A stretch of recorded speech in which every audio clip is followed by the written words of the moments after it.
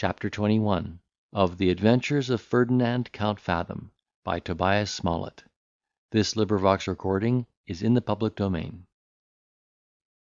Fathom, whose own principles taught him to be suspicious and ever upon his guard against the treachery of his fellow creatures, could have dispensed with this instance of her care, in confining her guest to her chamber, and began to be seized with strange fancies when he observed that there was no bolt on the inside of the door, by which he might secure himself from intrusion. In consequence of these suggestions, he proposed to take an accurate survey of every object in the apartment, and in the course of his inquiry had the mortification to find the dead body of a man, still warm, who had been lately stabbed, and now concealed beneath several bundles of straw. Such a discovery could not fail to fill the breast of our hero with unspeakable horror, for he concluded that he himself would undergo the same fate before morning, without the interposition of a miracle in his favour. In the first transports of his dread, he ran to the window with a view to escape by that outlet, and found his flight effectually obstructed by divers strong bars of iron. Then his heart began to palpitate, his hair to bristle up, and his knees to totter. His thoughts teemed with presages of death and destruction. His conscience rose up in judgment against him, and he underwent a severe paroxysm of dismay and distraction. His spirits were agitated into a state of fermentation that produced a species of resolution akin to that which is inspired by brandy or other strong liquors, and, by an impulse that seemed supernatural, he was immediately hurried into measures for his own preservation. What upon a less interesting occasion his imagination durst not propose, he now executed without scruple or remorse. He undressed the corpse that lay bleeding among the straw, and conveying it to the bed in his arms, deposited it in the attitude of a person who sleeps at his ease. Then he extinguished the light, took possession of the place from whence the body had been removed, and, holding a pistol ready cocked in each hand, waited for the sequel with that determined purpose which is often the immediate production of despair. About midnight he heard the sound of feet ascending the ladder. The door was softly opened. He saw the shadow of two men stalking towards the bed. A dark lanthorn being unshrouded, directed their aim to the supposed sleeper, and he that held it thrust a poniard to his heart. The force of the blow made a compression on the chest, and a sort of groan issued from the windpipe of the defunct. The stroke was repeated, without producing a repetition of the note, so that the assassins concluded the work was effectually done, and retired for the present, with the design to return and rifle the deceased at their leisure. Never had our hero spent a moment in such agony as he felt during this operation. The whole surface of his body was covered with a cold sweat, and his nerves were relaxed with a universal palsy. In short, he remained in a trance that, in all probability, contributed to his safety, for had he retained the use of his senses, he might have been discovered by the transports of his fear. The first use he made of his retrieved recollection was to perceive that the assassins had left the door open in their retreat, and he would have instantly availed himself on this their neglect by sallying out upon them at the hazard of his life, had he not been restrained by a conversation he overheard in the room below, importing that the ruffians were going to set out upon another expedition in hopes of finding more prey.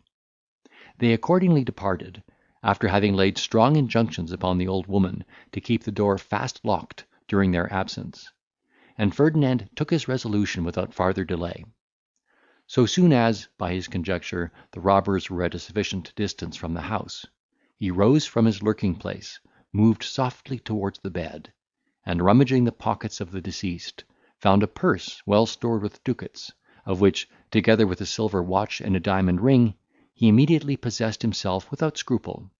Then, descending with great care and circumspection into the lower apartment, stood before the old beldame before she had the least intimation of his approach.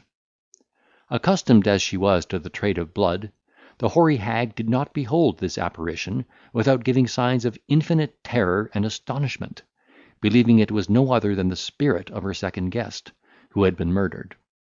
She fell upon her knees, and began to recommend herself to the protection of the saints, crossing herself with as much devotion as if she had been entitled to the particular care and attention of heaven. Nor did her anxiety abate, when she was undeceived in this her supposition, and understood it was no phantom, but the real substance of the stranger, who, without staying to upbraid her with the enormity of her crimes, commanded her, on pain of immediate death, to produce his horse, to which, being conducted, he set her upon the saddle without delay, and, mounting behind, invested her with the management of the reins, swearing in a most peremptory tone that the only chance she had for her life was in directing him safely to the next town, and that, so soon as she should give him the least cause to doubt her fidelity in the performance of that task, he would on the instant act the part of her executioner. This declaration had its effect upon the withered Hecate, who, with many supplications for mercy and forgiveness, promised to guide him in safety to a certain village at the distance of 2 leagues, where he might lodge in security, and be provided with a fresh horse, or other convenience, for pursuing his intended route. On these conditions he told her she might deserve his clemency, and they accordingly took their departure together, she being placed astride upon the saddle, holding the bridle in one hand and a switch in the other, and our adventurer sitting on the crupper, superintending her conduct, and keeping the muzzle of a pistol close at her ear. In this equipage they travelled across part of the same wood in which his guide had forsaken him, and it is not to be supposed that he passed his time in the most agreeable reverie, while he found himself involved in the labyrinth of those shades, which he considered as the haunts of robbery and assassination. Common fear was a comfortable sensation to what he felt in this excursion. The first steps he had taken for his preservation were the effects of mere instinct, while his faculties were extinguished or suppressed by despair. But now, as his reflection began to recur, he was haunted by the most intolerable apprehensions.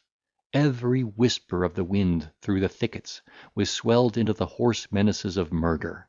The shaking of the boughs was construed into the brandishing of poniards, and every shadow of a tree became the apparition of a ruffian eager for blood.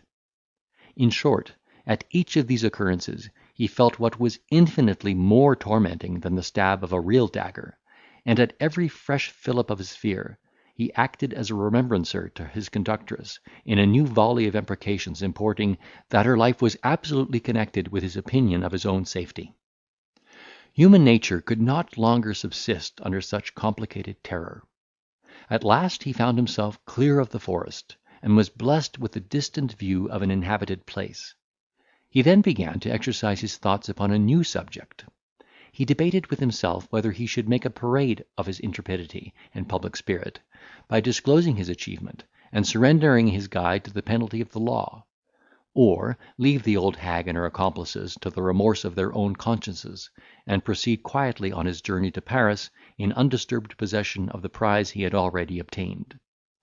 This last step he determined to take, upon recollecting that, in the course of his information, the story of the murdered stranger would infallibly attract the attention of justice, and, in that case, the effects he had borrowed from the defunct must be refunded for the benefit of those who had a right to the succession.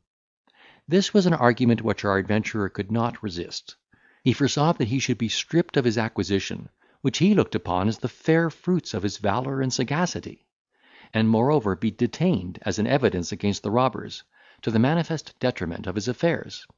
Perhaps, too, he had motives of conscience that dissuaded him from bearing witness against a set of people whose principles did not much differ from his own. Influenced by such considerations, he yielded to the first importunity of the beldame, whom he dismissed at a very small distance from the village, after he had earnestly exhorted her to quit such an atrocious course of life, and atone for her past crimes by sacrificing her associates to the demands of justice. She did not fail to vow a perfect reformation, and to prostrate herself before him for the favour she had found. Then she betook herself to her habitation, with full purpose of advising her fellow murderers to repair with all despatch to the village, and impeach our hero, who, wisely distrusting her professions, stayed no longer in the place than to hire a guide for the next stage, which brought him to the city of Chalons-sur-Marne. End of chapter 21.